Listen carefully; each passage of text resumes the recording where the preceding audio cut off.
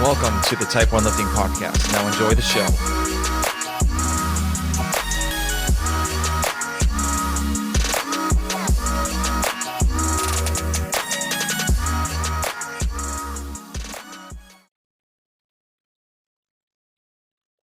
All right, guys, I want to tell you a little bit about Type 1 Lifting. So Type 1 Lifting is a clothing brand that proceeds of the shirts, the hats, and everything else go to the Children's Diabetes Foundation. This whole t-shirt company started from me taking care of a 5-year-old girl from the emergency department at the Children's Hospital I worked at in Atlanta for a while back. I thought I needed to do a little bit more than kind of just talk about my story.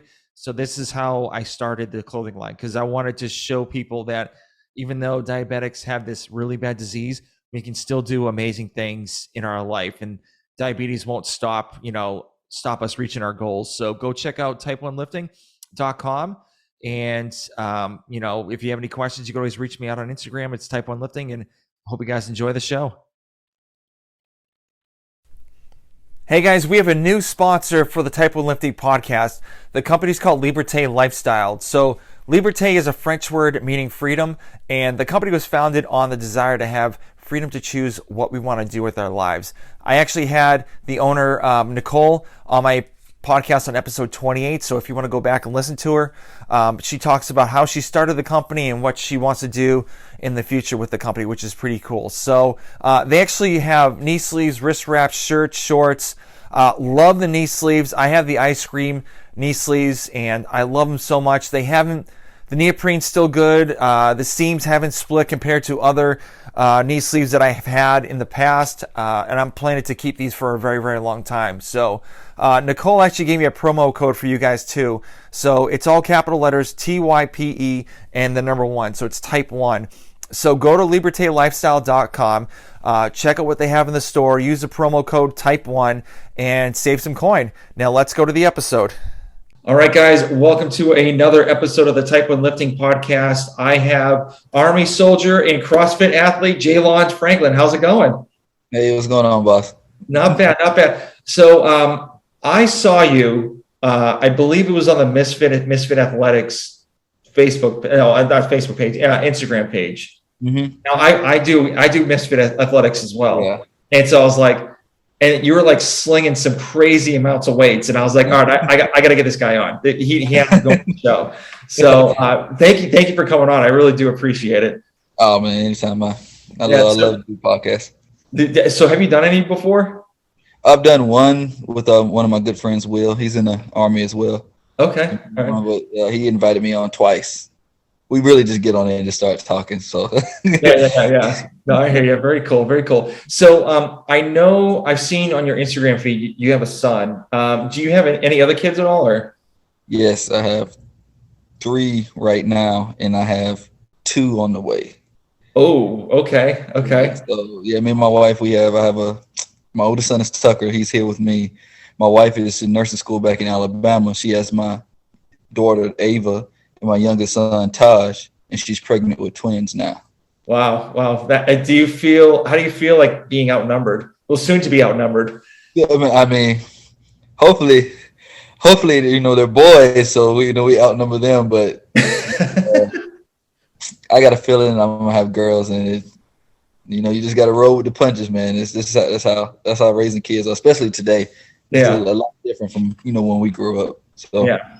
So I know I've seen pictures of like your son playing football and stuff like that. So do you how does that work? Do you kind of like say, hey, do you want to try this? Or like, what do you do to kind of get them involved with even exercising or playing sports?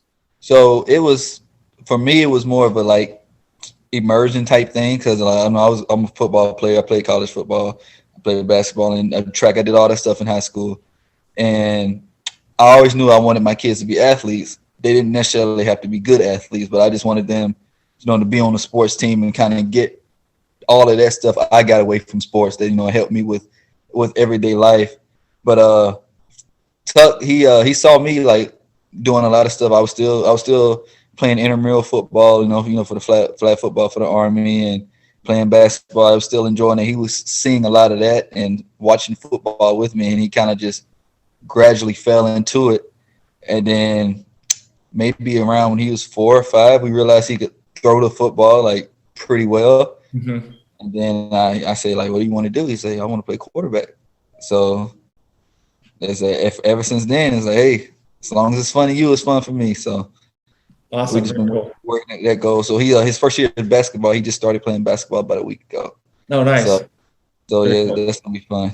Yeah. So do you have him like work out with you at all, or like kind of do So like? I mean, sometimes I have him work out with me, and sometimes not. Depends on like what I got going on in the session. But he wants to work out and he's eager to work out, but I don't want him to work out start too early. I never let him like take weights, or like if he does do anything, it's a bunch of running and like body weight things like push-ups, sit-ups, and squats and stuff like that.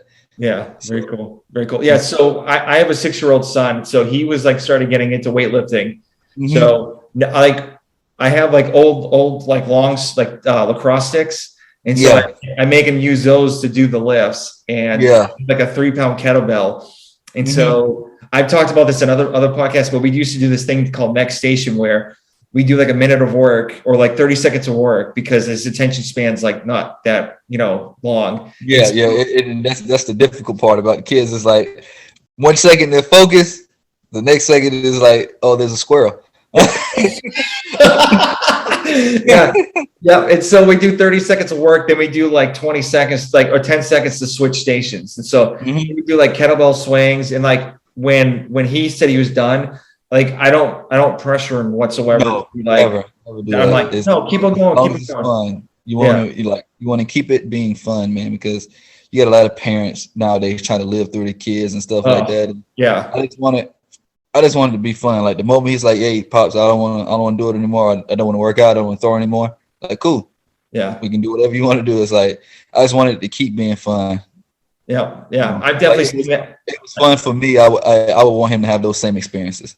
Yeah, I mean, I've definitely seen that when I used to be coaching, be a lacrosse coach. Like literally, their parents would be like, "Why isn't my kid starting?" And I'm like, "Well, he made a mistake and then something happened. So we had to get other kids in." It's like, no, my kid should be starting. I'm like, your kid really shouldn't be starting. So, but I'm not going to say that though. I mean, sometimes they got to hear it, man. A lot of parents got to realize, like, man, after a certain level, after rec center and you get into junior high and high school, it's like, just because you're on the team don't mean that you're going to get all the minutes. Yeah. That's the harsh reality of sports. You got some people. Sometimes you got to wait your turn. Upperclassmen got to leave and stuff like that. So, I try to teach my son that and say, hey, they might be better than you now, but you keep working, and things will happen. Yeah, and that's what my son too. I always like he said, "Dad, we lost," and I'm like, "Hey, you're not going to win every single game." Nah. So I mean, just roll with the punches and just figure out like what happened and then try to do something to make it better.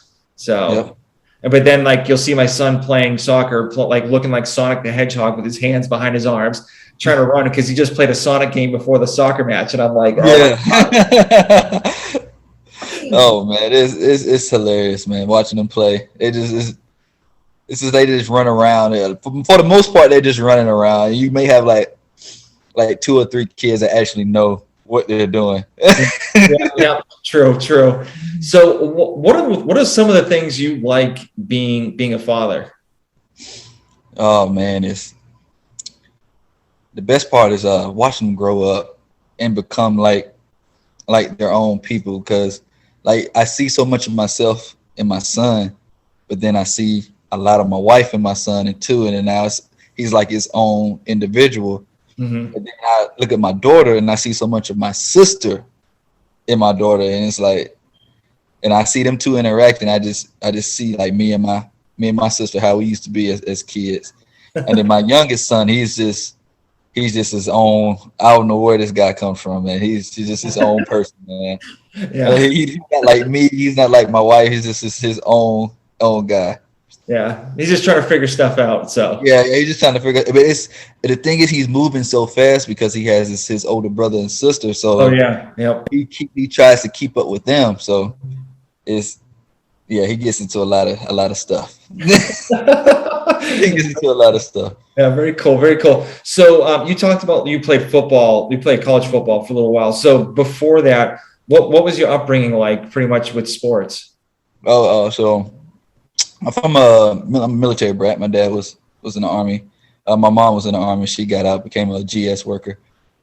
So kind of like the same thing I'm going with my son. I started in the rec center. I hated football at first. My first year playing football, I hated it. Oh my God. I got hit. I was like, I want no parts of this. I said, okay, I'm gonna go to the NBA. I'm gonna go to the NBA. And then my dad PCS to Germany, and I had to play football. I had to play flag football over there. I couldn't hit. So I was like, you know what? I'll play. I'll play flag football. They can't hit me. So then I started playing flag football. Then I started to fall in love with playing football. And then we got back.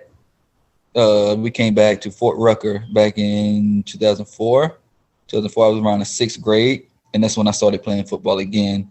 I was a receiver my 6th grade year, and I finally became a quarterback my 7th grade year. And I played quarterback 7th, 8th, and 9th grade. And when I got to 10th grade, I had to make a decision. It's like, am I going to be a college quarterback or I'm going to be a college DB? And even though I feel like I was a good quarterback, I was like, you know, back then they weren't really taking quarterbacks. Like at that time I was 5'7", 5'8". I was like, it wasn't a lot of Kyler Murray's or, you know, Russell Wilson's walking around. And, you know, you kind of had one guy, which is like Doug Flutie, which is like the one in a million. Yeah. So I was like, I had to kind of make a decision. I was like, okay, am I a better DB or am I a better quarterback?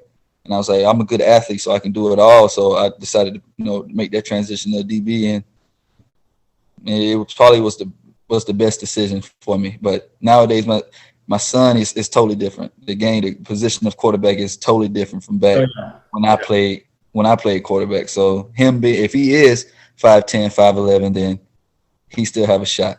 Mm-hmm. Very cool, very cool. So where did you go to college? The University of South Alabama. Okay, very cool, very cool. And you played DB there too as well? Yeah, corner. Okay. I played corner. Very cool. So after graduating, did you try to like go the pro route, or what were you thinking after your No, so I didn't graduate. Okay. I decided to enlist my junior year. Okay. And I enlisted into the Army in 2013. Okay. So what made you go into the Army? It wasn't, man, football wasn't fun anymore. It wasn't fun anymore. And I made some poor decisions as far as academically there, where even if I stayed, I don't know if I would have been eligible to play. Mm-hmm. Yeah, I had a lot of growing up to do, and the Army was good to my family. So I was like, you know what, Army is not bad. So I decided to join the Army. Okay, very cool. Okay, very cool. So what's your job in the Army? So when I enlisted, I was a 68 Echo. I was a dental tech. Okay. And I recently changed my job 2 years ago. Now I'm a 92 Yankee supply sergeant. Oh, very cool. Very cool. Yeah. I was in the Air Force, and I was a medical technician. So pretty much I'd be like I don't know, like a certified nursing assistant, like if you see like in a normal hospital. So okay. I did that for 7 years. And so I was gonna stay. Then the diabetes hit, and they're like, yep, you can't stay in. The Air Force, is there like a track for you guys to get to like your RN or like LPN? Yeah, there's kind of like a way to get around it. You could challenge the boards to become an LPN. But it's like after I graduated tech school, they moved everything to Fort Sam Houston, which is in San Antonio. Yeah. So that's why I went to AIT for dental. Yeah. So all the stuff didn't really transfer over to Fort Sam Houston. So like trying to find my stuff was just like finding a needle in a haystack, and it was just like almost impossible. But you could challenge the board to become an LPN. There's I know you can apply to become a PA, like go to their PA school, which is, I've heard, one of the toughest PA schools to get into. It is crazy tough. Yeah. And then I think you can go to school to become an RN, but I think you need to go to like an actual college to get to go. So, but yeah, but I wanted to go the nursing role, but I just got no love with like colleges, other colleges to get in, because I already graduated college and everything, had like prereqs, and it was just like jumping through hoops. I was an Air Force medical technician and working at a hospital in Boston, and I still couldn't get into a nursing program because my SAT scores from like 1998. I just aged myself, so it's all good. But like my high school SAT scores from 1998 were like they were too low or something like that. And then one school said I needed to get my GED for math and science because it was like so far, like so long ago. And I was like, you know what, forget this. So like, come on, man. And like, yeah, and I was in one school, I was 0.13 off of a 3.5 GPA to get to the school. And they said, no, we want transfers to get a 3.5.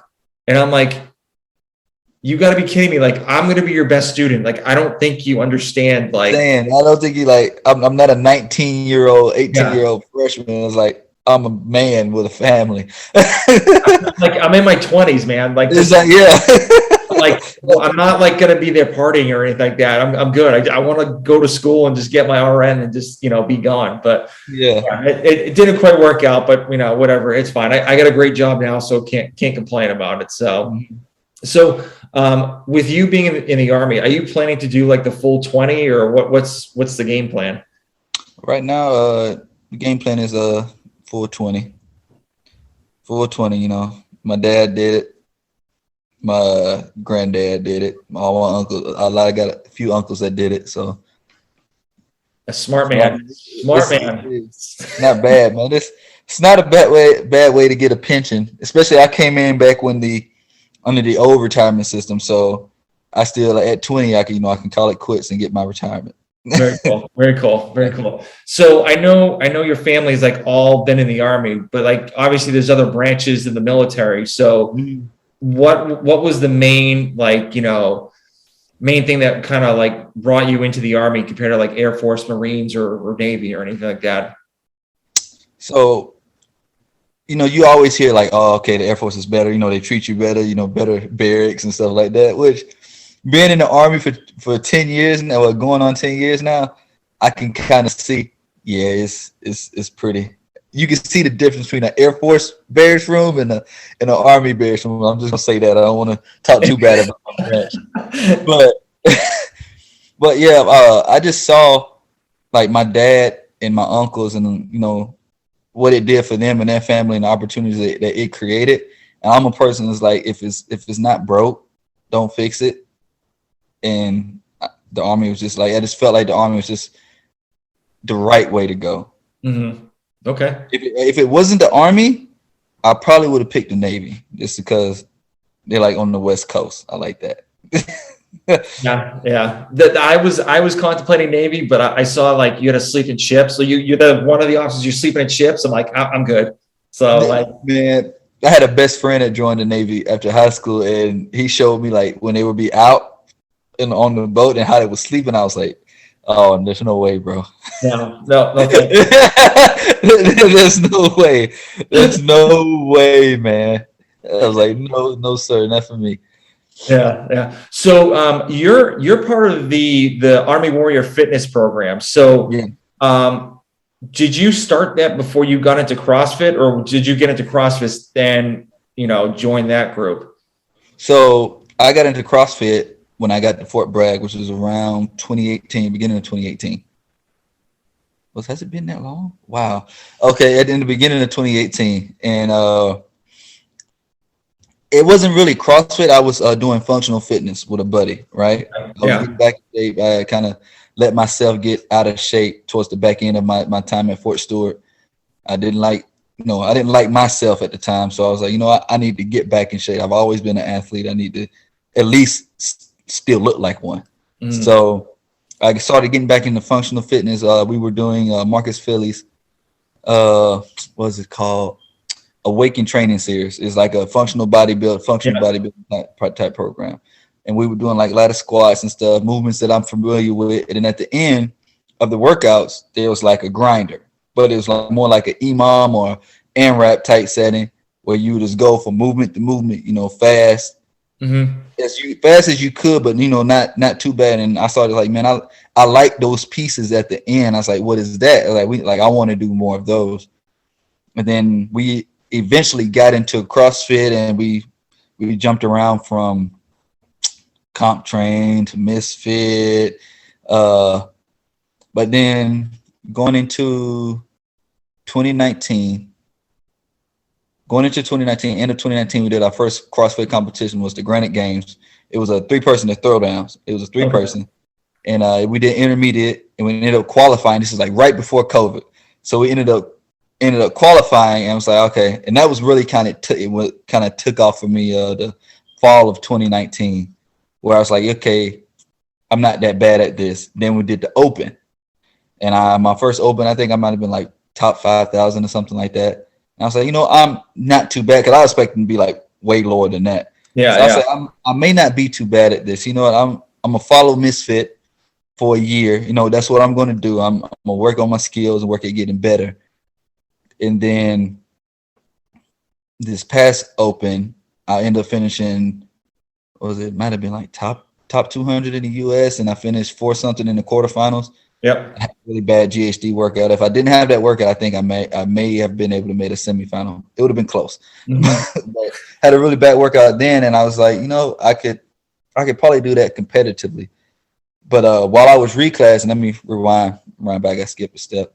While I was reclassing, the Warrior Fitness team started reaching out to me because Misfit was reposting a lot of my stuff, and they could see that I was fairly okay at CrossFit. So they did the tryout of 2019, December of 2019 or December 2020. December 2020, they did the CrossFit. They did the qualifier for the Army Warrior Fitness team. I ended up coming in top 4 in that, and I made the team. So right now I'm an at-large athlete. We're still working on orders to get me to Fort Knox so I can be full-time on the team. So very cool. Yeah, I'm super stoked about that. Like I had no idea that I was even that good, like army wide. So it is what it is. But I'm happy. I'm happy I get the opportunity. So yeah, like full-time job to be a CrossFitter is like I can maybe make my best push at the games in these next 3 years, because once I go back to regular Army, I got to do regular Army stuff. Yeah. So you throw some like crazy number weight, like crazy weights around. So were you always like that? I feel like I was always strong. At least strong for my age and strong for my size. I think doing CrossFit kind of helped me get the technical side of it, and then once I kind of figured out the technical side of it, then my numbers started to go up rapidly, because then things started to click and stuff like that. But I would say I've always been pretty explosive. So I think that's one of my strengths. Is like I was glad I had that. I was able to have my base of strength and then have to learn the other stuff, then be really well conditioned and have to get stronger, because I know getting stronger is the process that takes a long time for some people. Yeah. No, I totally agree. So you still do Misfits. So what made you kind of stick with them out of like all the rest of the programs that So recently I got a coach going into October of last year, 2021. I got a coach at my box. But I stuck with Misfit for the majority of the time was because Misfit just kind of scratched every itch. It's checked every box. So it's like whatever I wanted to get better at, they had a track for it. And what I like about Misfit is like, okay, we're going to do a deadlift cycle. You're going to do 12 weeks of that. You're going to do a squat cycle. You're going to do 12 weeks of that. You're going to do a snatch or a clean and jerk cycle. You're going to do 12 weeks of that. But you're still remaining fit the entire time, but you're getting stronger. And then you get ready for the Open. You get ready to peak for the Open. And Misfit is really transparent in what they're trying to do. And I feel like Drew and them know what they're doing at Misfit. Yeah. I've been drinking their Kool-Aid for a couple of years. Yeah. Now, so. Yeah, Misfit is really, and I still, like, on my recovery days, I still do the bitch work. from recovery days. So Okay. yeah. I haven't totally left them, man. But yeah, Misfit really, they're really good at what they do. Yeah, no, I agree. So I know the box that you said you have a coach at your box, but going back to the Army Warrior Fitness program. So how does that program help you become, like, you know, a better athlete and a soldier at the same time for the Army? Being in, like, kind of right now, being that I'm still here in Bragg, and I only be with the team when they put me on TDY and stuff like that. But what I can say with it being them flashing a light, like kind of now, if let's say I was competing at Waterpalooza and I was individual, and it's like, okay, this is Sergeant Jaylon Franklin, right? Staff Sergeant Jaylon Franklin, and it's like, okay, it's not just me, right? I'm not just representing like my Franklin last name. I'm representing the U.S. Army. And, you kind of got to carry that kind of presence, especially as a non-commissioned officer. You want to carry a certain presence about you. And, to realize that and just to let soldiers know that, like, hey, you can still be in the Army and you can still be an athlete. Things don't have to stop because of your Army career. If you really want it and you're willing to put the work in, like, nobody is different from me. Anybody can join the team. Yeah, I agree. Yeah. So in my time in the Air Force, I've noticed a little, I don't know if it's the same with you, but I don't know if you can talk about it either, but like, I've noticed like the fitness level of like new people coming in is getting a little bit less and less and less and less and less. So how do you get those? And like, my thing is, I want people fit in my unit because I'm 6'6", 200 pounds, like 200 plus pounds. And they're saying like, why do you work out? Or like, and my thing is like, I want you guys to be fit. And I want to be fit too, because I want to drag you. If I need to drag you someplace, I want to be able to, and I want you to be able to drag my ass from one place to another. And that's the whole thing is being able to stay mission ready, no matter what your job is, right? But you never know when shit hits the fan, and everybody gotta be able to be a soldier. So, and you want to be able to operate as a soldier. You may not know all the technical lingo and stuff like that, but you still want to be able to, at least physically, that's something that you can always be ready for. So, now, how do you get your group like, always ready, like always like active and stuff like that? I mean, so I'm in the third group right now. I'm attached to 2nd Battalion, and so a lot of the guys, they see me work out, right? And normally so we got a whiteboard that's like right in there, and I put like a wad, and I get like a lot of soldiers to work out with me. So I go in the mornings and I go in the afternoons. Like sometimes in the afternoons, if I'm not going to my box, and in the mornings I say, hey, I'm gonna be here because it's PT on your own. So hey, I'm gonna be here at this time. If you want to work out with me, this is what we're gonna do. And now for the most part, like they hop in and they join in and they work out with me. But pretty much everybody does their own thing. But the guys that do work out with me, I kind of show them, like, everybody got this negative stigma about CrossFit. And then when they see me, it's like, oh, he's too big. He can't do CrossFit. There's no way you're doing CrossFit. Like, what are you doing? Back and buys and stuff like that, right? I was like, no, we're pushing, pulling, and carrying. I was like, that's the modalities that I work. So they see me and they see me do that. It's like, man, I can still be big and I can be in shape and I can move like that. And then as they want to get more into it, they want to learn more about it. So I kind of like being able to teach people about CrossFit. I might not know everything, but I can teach you what I know. And then if you want to do your own research, and at least I was able to open that door for you. Yeah. And at least a good thing with like say if you do a WOD in the morning with your group, there's always scalable things you can kind of move other people down. And that's what I love about it, because I always try to tell them, I always reiterate to them, say, hey, don't be intimidated. Like when you see me doing like ring muscle ups and stuff like that, like I was where you are right now, I was doing that 2 years ago. And there's always levels. As long as you come in here and you put in the work and you're getting something out of it, whether you're doing kipping pull-ups or you're doing chest to bar butterfly pull-ups, or bar muscle ups. Like, it's scalable, and you will still get a workout out of it. Mm-hmm. Yeah. Well, I'm glad that most of you guys are actually like, willing to work out with you. They're probably like the first workout, they're probably like dead the first time. They're like, oh yeah. I made them do a lot of burpee box jump overs. It was fun. It was fun. It was fun. It was a bad. I mean, it was a bad day. I mean, I said, man, they're not gonna like this because I didn't want to do the workout. Very cool. Very cool. So you've actually done some competitions too as well. I know. I think I saw it was the one in Texas you did. Was it like 2 years ago? It was 2020. It was January of last year. TFX. The TFX. That's it. Yeah, the fitness experience. I did that team.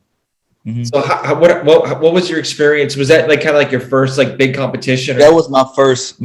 So I initially did it to try to qualify individual, and I didn't make the RX cut at that year. And people that I knew reached out to me. They wanted to go team. We went team. They had stellar athletes on the team, especially Haley. Haley she's a monster. She still is. And we end up coming in third place. I mean, it was a great experience, and it opened up my eyes to, you know, how good I have to be if I want to be able to, walk out there by myself eventually. But, this year I qualified for the pro division elite. So I'm looking forward to that at the end of this month. Very cool. Very cool. I actually have a friend of mine that I did a podcast with. His name's Chase Smith. He's going to the same place. Is he? Yes. Chase Smith. I think he came in like second in the qualifier. Yeah. So, but long story short, I've known that guy for like almost 8 years. So we lived in the same like area when I first started like doing like CrossFit. So, but he's with Long Star, isn't he? No, he's on Black Iron CrossFit. I think. Iron? Okay. Something like that. But I'll send his Instagram page to you. Okay. I think you guys like sling so much weight, and I think you guys like hit it. Like, I mean, I think you guys would be perfect together for a team if you guys want to get in that. But I know you said you learned a lot from that competition that you did.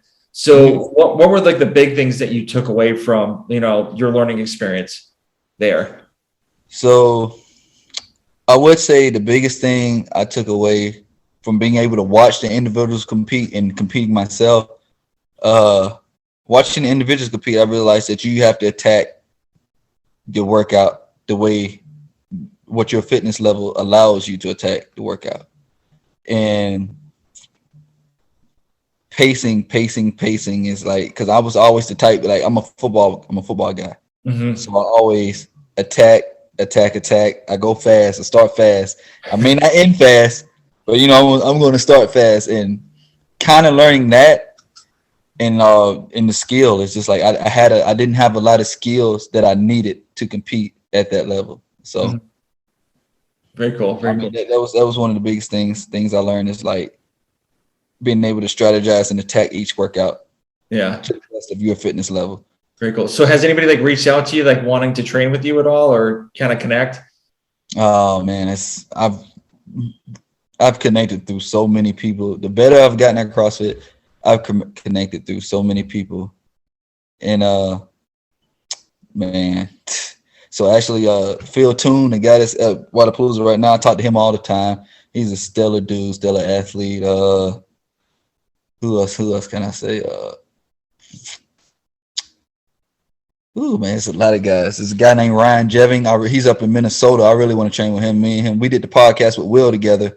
Okay. And he's a really good dude. I really want to train with him. We've talked about trying to link up like around semifinal time, either like trying to go to the same semifinal. Mm-hmm. Ooh, man, it's a bunch of guys, man, a bunch of guys. But I mean, most of the people that I train with, like Jaylon, Danielle Dunlap, Malonza Hayes. I mean, most of the guys that I've really gotten better with have been locally. I've been blessed to be in this place in North Carolina where there's so many good athletes here. Yeah. So many good athletes, man. You got Grit House up the street. Taylor Self, he's at Wadapalooza now. Danielle Dunlap's at Wadapalooza. Shaylon's gone to MAC. Her husband is a good friend of mine. One of my best friends, James, owns a gym in Charlotte. It's like so many good athletes in this small pool, and we always get together and we train. So like I really haven't been had the need to reach out and try to train with other good people, because I could drive 45 minutes and train with 4 guys that I feel like are better than me. Yeah, very cool. That's awesome. Yeah, Shaylon's awesome. I had her on my podcast last year, so yeah, she's super nice. Yeah, Shayla's a good person, great person. Yeah. Very cool. So, and I know you have a GoFundMe page to kind of help you go to some of these competitions and stuff like that. Yeah. So, yeah, it was just GoFundMe to help me get to Texas. I mean, everybody, I kind of felt that need. That was quick. So, yeah, it was something I really didn't want to do, but Hayes. Yeah. Friend Alonzo Hayes, he convinced me to do it. Well, I mean, he was smart. I mean, literally, you filled up the whole GoFundMe thing. That looked like real quick. So, yeah. Are you looking to do, other than the Texas competition, are you looking to do any others like after, or before like the semifinals or all? Man, I'm probably gonna lock it in for the Open and the quarterfinals and the semis after TFX. It's just that, man, I'm getting closer to 30, man, and it's the recovery. I'm paying a lot more attention to my recovery now than I was doing at like 21. So it's just one of those things that I just kind of got. I want to compete every weekend, every month, but your body, you can't take that kind of stuff. Yeah. So with that, are you looking to peak pretty much like towards the Open or the semifinals? Like I know, because like a lot of people, when they do the competitions, they're not like in full, peak, ability. When do you typically like to peak for? So after talking about it with my coach, we feel like the best time, just being of how far I've gotten each year, and we feel like, okay, you're on track to make a semifinal individually. Mm-hmm. But, there's no guarantee that you're going to make a semifinal, right? So we're going to peak you for the quarterfinals. So you're the best that you can be to punch your ticket to a semifinal.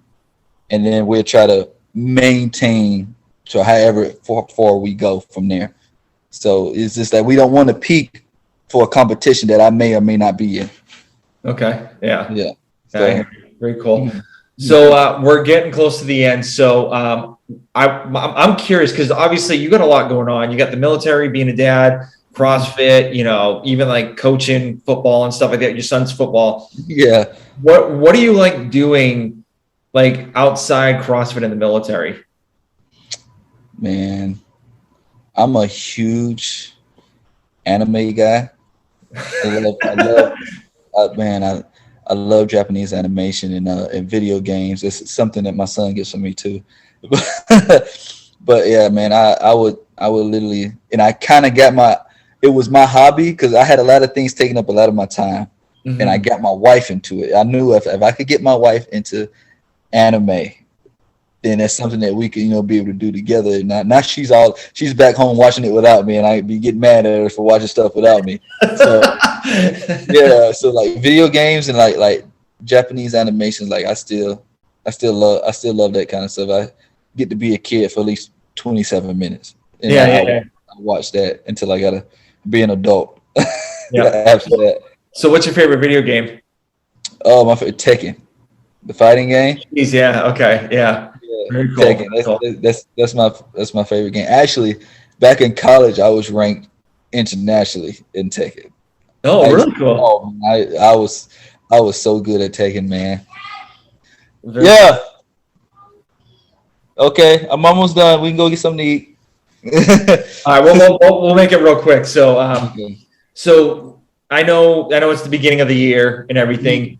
What are your goals? I know you kind of talked about making it to semifinals. What are your goals for the rest of the year, like military wise, like personal wise, like whatever? So, if I can't get to the Army Warrior Fitness team by this summer, I'm probably going to put a back burner on my CrossFit career, just to kind of get my Army career, stabilized. CrossFit's not going anywhere.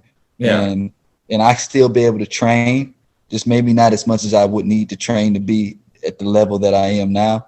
But I feel like I still got a lot of growing to do as a CrossFit athlete, and I don't feel like I lose that much.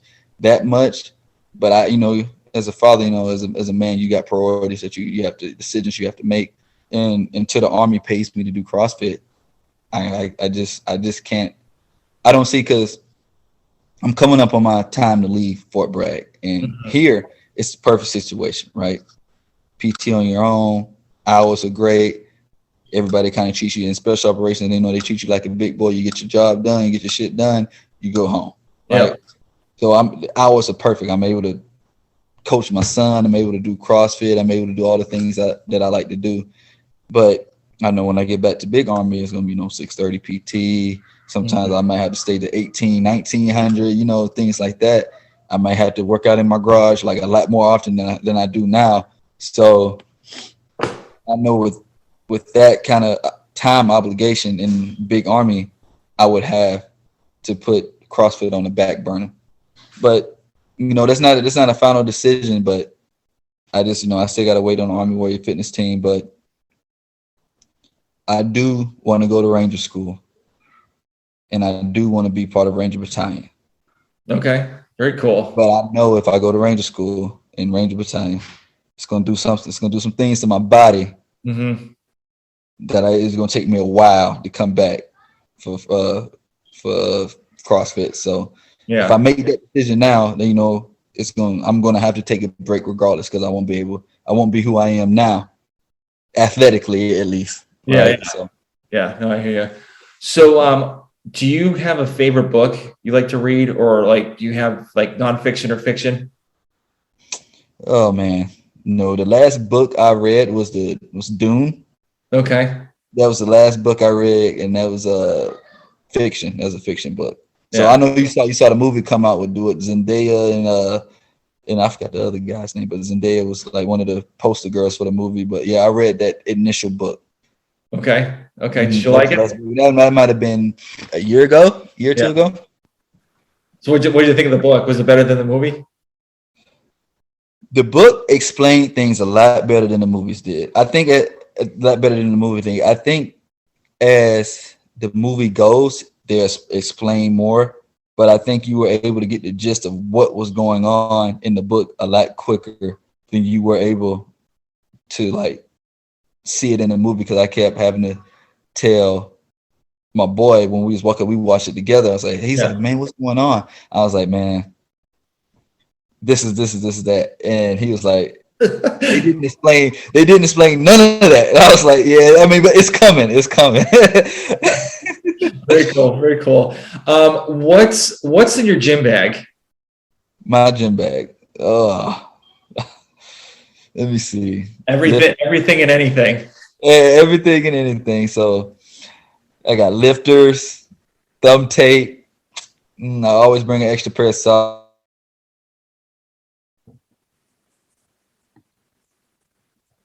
It froze.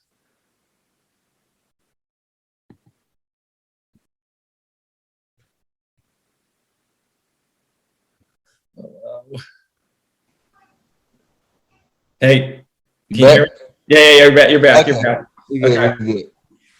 So I heard socks. So can you just we'll ask the question again. So what's in your gym bag?